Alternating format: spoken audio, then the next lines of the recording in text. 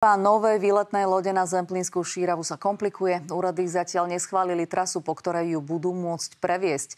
Zemplínska Šírava je tak toto leto bez výletnej lode. Náučné plavby po Zemplínskej Šírave na výletnej lodi tu takto propagujú. Lodný lístok si ale v stánku zatiaľ nekúpite.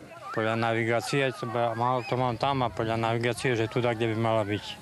Povedia. Neviem, je tu už, nie? Nie. Pošli byśmy, da?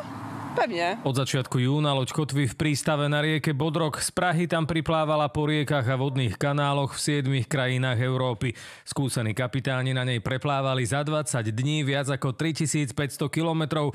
Posledných ani nie 70 po suchu by zvládli za 2 dni.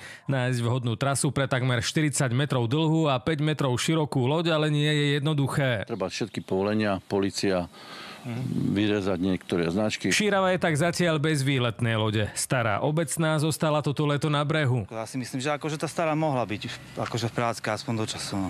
Veľká škoda, áno, lebo často sme využívali, aj s deťmi sme boli zo parka s vnúčatami, takže bolo to fajn. Z neho sú spojené rôzne náklady, čo sa týka povolení, poistenia. Tie motory, ktoré sú tam, proste už čo si zažili. Prevádzkovateľ novej lode verí, že stihnú aspoň druhú časť leta. Zo Zemplínskej Šíravy Vladimír Bučko, televízia